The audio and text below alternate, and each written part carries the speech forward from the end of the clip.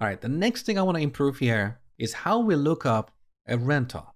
I don't quite like the way we are finding a rental in this code. Imagine if somewhere else in the application wanted to look up a rental, then we would have to call this find_one method and pass an object with these two properties. It's a little bit inconvenient. Let me show you a better way. Wouldn't it be nicer if we could get a rental like this? Rental dot lookup. This method takes two parameters, customer ID and movie ID. Then we would await it and get the rental object here. Which approach is better? Obviously the first one. So in this lecture, I'm going to show you how to add this lookup method in the rental class. Now, before we get started, I want to clear some terminology. In object-oriented programming, we have two types of methods: static methods and instance methods. A static method is a method that is available directly on a class. So in this case, you have this rental class.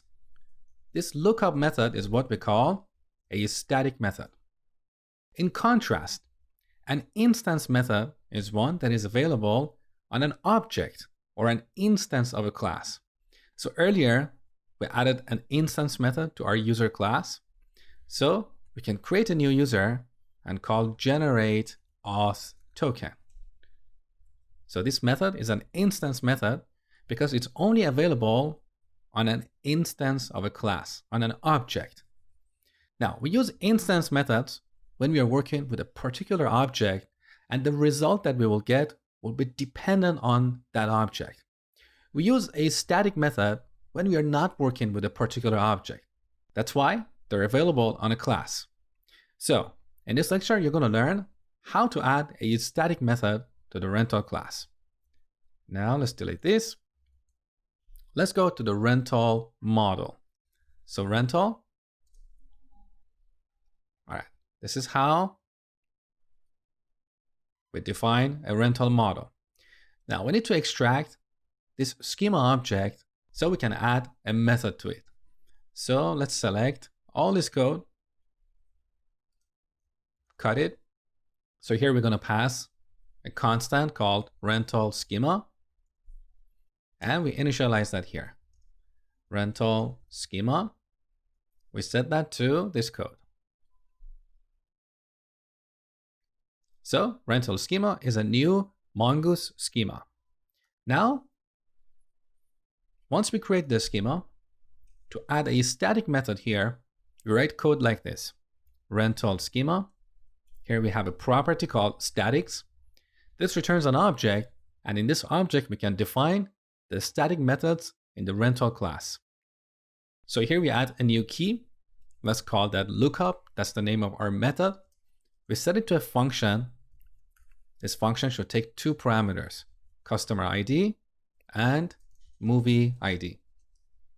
Now we can go back to our returns module and cut this ugly code and move it right here. Now, here we don't need to define a separate constant. We're going to return the result immediately. Also, we don't need to await. We can simply return the promise that we get here and let the caller of the lookup method await that promise. And finally, we need to replace rental with this. So here, this will reference the rental class. Okay. Now, once again, remember, because we're using this, we cannot use the arrow function syntax. We explored that before. So now we have this new static method. Let's go back to our returns module. We just need to make a simple change here.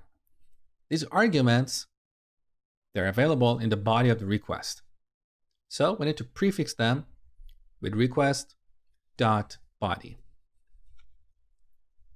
Like this. So now let's save the changes and see if all our tests will continue to pass.